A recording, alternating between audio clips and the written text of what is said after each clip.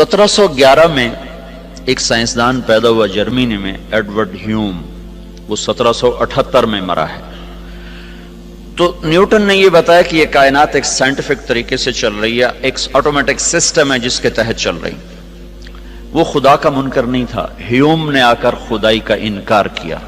انہوں نے کہا جب 2 اور 2 4 ہے تو کسی خدا کو ماننے کی کیا ضرورت ہے کہ اس نے 2 اور 2 کو 4 کیا؟ ہم دیکھ رہے ہیں سب کچھ آٹومیٹک ہو رہا ہے، کوئی خدا نہیں ہے۔ سب سے پہلے دہریت کا تصور اس شخص نے دیا کہ اللہ کوئی نہیں ہے، یہ سب خود بخود ہو رہا ہے، خود بخود ہو رہا ہے۔ پھر 1809 میں وہ ڈارون پیدا ہوا۔ اس کی تھیوری میں نے جا کے ساری دیکھی، اس کا میوزیم ہے پورا لندن میں، اس کا پورا میوزیم ہے، سارا میں نے جا کے دیکھا۔ اس نے ایک اور ہی چوچا چھوڑ دیا، ان کا ایک سیل پانی کے کہیں کنارے کہیں سے آ گیا، کیسے آ گیا؟ وہ بڑھتے بڑھتے بڑھتے یہ سب کچھ بن گیا، یہ انسان بن گیا، یہ پہاڑ بن گئے، پتھر بن گئے۔ اس میں بھی کوئی نیکی بدی کا کوئی تصور نہیں ہے، آٹومیٹک پیدا ہوا، لہذا چلو بھی ٹھیک، خود بخود ہو گیا، جو مرضی کرو، جو مرضی کرو۔ ایک تصور اسلام نے دیا، اور بھی بہت سے نظریات ہیں، میں نے صرف مثال کے طور پر آپ کو بتا دیا۔ ایک تصور اسلام نے دیا، اور بڑے خوبصورت انداز میں اللہ نے پہلے ہم سے سوال کیا، بولو بھائی، ام خلقوا من غیر الشیء، تم خود بخود پیدا ہو گئے ہو، اپنے آپ بن گئے ہو؟ یہ ڈارون تھیوری، ایک سیل اپنے آپ بن گیا، اور یہ ان پڑھ سائنسدانوں کی تھیوری کہ یہ ایک دم وہ سیل مختلف شکلیں بدلتا ہو، اپنے آپ ہی ایسے سب کچھ ہوتا چلا گیا۔ تو اللہ اس کو سوالیہ انداز میں 1400 سال پہلے کہہ رہا ہے کہ 1400 برس کے بعد ایسے پاگل لوگ آئیں گے، تو اللہ کہتا ہے ام خلقوا من غیر الشیء، بولو بھائی تم خود بخود بنے ہو؟ تو اس کا جواب تو آج کی سائنس نے دے دیا کہ نہیں، خود بخود تو نہیں بنی۔ پھر اللہ دوسرا سوال کرتا ہے، ام ہم الخالقون، کیا تم اپنے خالق خود ہو؟ اب تو نے اپنے آپ کو خود بنایا ہے؟ اس کا جواب بھی نفی میں ہے، ہم نے اپنے آپ کو خود کہاں بنایا؟ ہمیں تو 4 سال کی عمر میں پتہ چلا کہ ہمارا کوئی وجود ہے۔ تو اللہ تیسرا سوال کرتا ہے، ام خلق السماوات والارض، یہ زمین آسمان تم نے بنایا ہے؟ دیکھتے نہیں کیسے ترتیب سے ہے۔ ایک تھیوری ہے نا، پھر آپ پہ ہی بن گیا، خود بخود بن گیا۔ اس نظریوں کو بھی سائنس نے آ کر 1948 میں غلط ثابت کیا۔ 1929 میں کیلیفورنیا میں ایک سائنسدان تھا، وہ دیکھ رہا تھا تو اس نے پہلی دفعہ دیکھا کہ ایک بڑے منظم ردم کے ساتھ یہ ساری کائنات ایسے پھیل رہی ہے، اور ان میں بڑا ایک ربط ہے، بہت طاقتور ربط ہے، وہ فاصلوں کا تناسب ہے۔ پھر اس پر انہوں نے مزید تحقیق کرتے کرتے 1948 میں وہ اس نتیجے پر پہنچے کہ یہ کائنات زیرو سے بنی ہے، ایک دھماکے سے بنی ہے، دھماکے سے۔ میں ساہیوال میں تھا، ایک بچہ آیا میرے پاس، FSC کا، اس کے کان پر کا ہیڈ فون سا تھا، کہا جی یہ انٹرنیٹ سے جڑا ہوا ہے، اس وقت 700 لڑکے آپ کی بات سنیں گے جو آپ مجھ سے کریں گے۔ ایک یہودی ہم سے تل ابیب سے سوال کر رہا ہے کہ بگ بینگ کے بارے میں تمہارے قرآن میں کوئی بات ہے کہ یہ کائنات ایک دھماکے سے وجود میں آئی؟ کیا تمہارے دین میں کوئی اس کے بارے میں دلیل روشنی ہے؟ تو اگر ہے تو مجھے بتاؤ، تو پھر میں مسلمان ہو جاؤں۔ میں نے کہا پہلی بات یہ بچے کہ ہمارا قرآن سائنس کی تصدیق کرنے نہیں آیا اور سائنس کو جھٹلانے نہیں آیا، ہمارا قرآن ہدایت کے لیے آیا ہے، زندگی گزارنے کا طریقہ بتاتا ہے۔ کہیں کہیں وہ دنیا کی چیزوں کو ٹچ کرتا ہے، جہاں وہ ٹچ کرتا ہے وہ ایسا صحیح ٹچ کرتا ہے کہ پھر اسے کوئی چیلنج نہیں کر سکتا۔ تو اشارہ ہم کیس کر سکتے ہیں کہ اس سے اشارہ ہوتا ہے کہ اللہ تعالیٰ کہتے ہیں حی افلا یؤمنون، یہ جو میرے منکر ہیں ان کو پتہ نہیں ہے کہ زمین آسمان ایک ملا ہوا مادہ تھا، ایک ملا ہوا رتق ہوتا ہے، چیز اس طرح آپس میں مل جائے کہ پھر اسے جدا نہ کیا جا سکے، جیسے گوشت الگ ہے، سبزی الگ ہے، نمک الگ ہے، مرچ الگ ہے، جب ہم اس کو سالن بناتے ہیں تو ہر چیز مکس ہو کر اب نمک مرچ ہلدی اس میں سے نہیں نکل سکتی، اس کو عربی میں کہتے ہیں رتق، کانتا رتقن، یہ سب کچھ ملا ہوا تھا، اور فتق اس کو الگ الگ کر دیں، ففتقناہما، پھر ہم نے اس کو پھاڑا اور اس کو دھماکے کے ساتھ ہم نے اس کو پھیلانا شروع کیا۔ عصر کے بعد وہ آیا، کہنے لگا جی وہ یہودی مسلمان ہو گیا ہے، اس وقت سن کے چلا گیا، پھر عصر کے بعد اس نے آ کر مجھے بتایا کہ وہ مسلمان ہو گیا. تو ہمارے پاس یہ نظریہ نہیں ہے کہ آپ ہی بن گئے، ہمارے پاس یہ نظریہ کہ اس کو اللہ نے بنایا ہے اور ایک نظام کے ساتھ. اچھا، پھر ایک پال ڈیوس سائنسدان تھا آسٹریلیا کا، اس نے پھر ایک اور بات ثابت کی کہ کوئی بنانے والا ہے، خود نہیں بنا. اس نے ڈارون کو غلط ثابت کیا، اور دوسرے جو دہریے، بہت سے دہریے سائنسدان تھے، اب بھی ہیں، ان سب کی بات کو اس نے غلط ثابت کیا کہ یہ دھماکہ کسی نے کیا ہے، خود نہیں ہوا.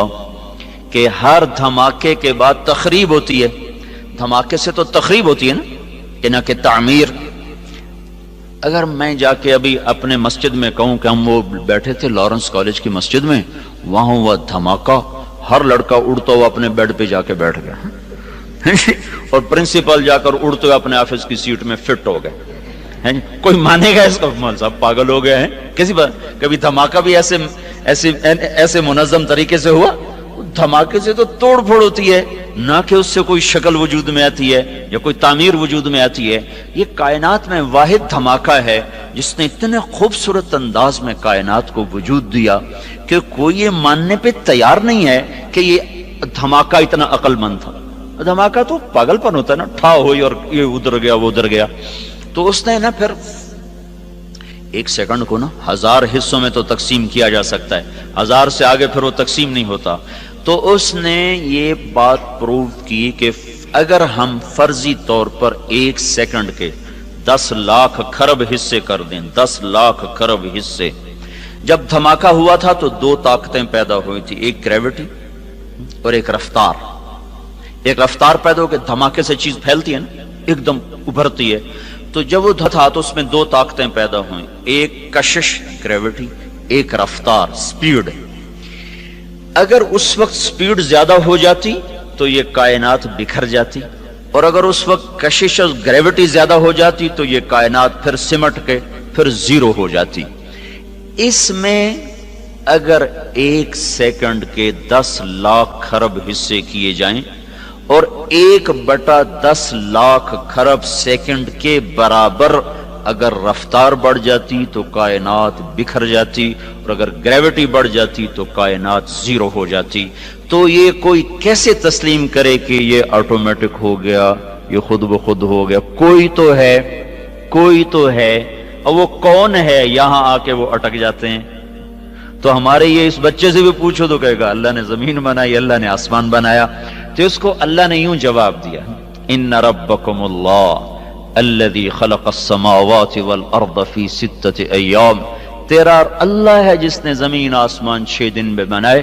ثم استوى علی العرش، پھر عرش پہ تخت بچھایا. یغشی اللیل النہار، پھر دن اور رات کا نظام چلایا. یطلبہ حفیفا، دن آگے چلتا ہے رات پیچھے چلتی ہے. اور پھر الشمس والقمر والنجوم مسخرات بامرہ، پھر اس نے سورج چاند ستاروں کو اپنے تابع کر دیا. تو ہمارے لیے ایک جواب آسان ہو گیا کہ سب کا بنانے والا اللہ ہے. پہاڑ کیسے بن گئے؟ کہ والجبال ارساہا، اللہ نے گاڑ دیے. پانی کیسے بن گیا؟ کہ اللہ تعالیٰ نے بنایا. فسالت اودیۃ بقدرہا. زمین کیسے بن گئی؟ والارض فرشناہا فنعم الماہدون، اللہ نے بنا دی. میٹھا پانی کہاں سے آیا؟ وہ بھی اللہ نے بنایا. ھذا عذب فرات سائغ شرابہ، کڑوا کس نے بنایا؟ کہ وہ بھی اللہ نے بنایا. وھذا ملح اجاج، یہ کڑوا بدبودار. اللہ نے کڑوے پانی کو نا بطور نعمت کے ذکر کیا کہ سمندروں کا پانی ہم نے کڑوا بنایا، دریاؤں کا پانی ہم نے میٹھا بنایا. یہ ہمارے لیے کیا مزہ ہے، یہ ہمارے لیے کیا نعمت ہے. اگر سمندر کے پانی میٹھے ہوتے تو یہ بدبودار ہو جاتے، اور ایک پانی کا تالاب گندا ہو جائے نا تو سارا گاؤں مصیبت میں آ جاتا ہے.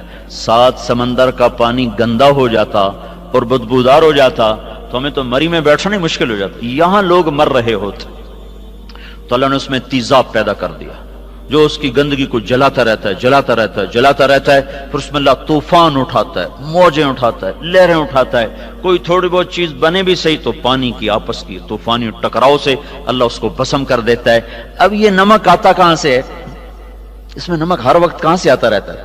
اگر تو اللہ ہمارے ذمہ لگاتا ہاں بھائی پانی کو کڑوا رکھو ورنہ یہ تمہیں تباہ کر دے گا، اس کی بدبو تمہیں برباد کر دے گی، تو پھر انشاءاللہ لارنس کالج والے سارے کھیوڑا کی کان کے آگے کھڑے ہوتے، ٹرک بھر رہے ہوتے، ہاں جی سب کی باریاں لگی ہوتی، ذمہ دار، تاجر۔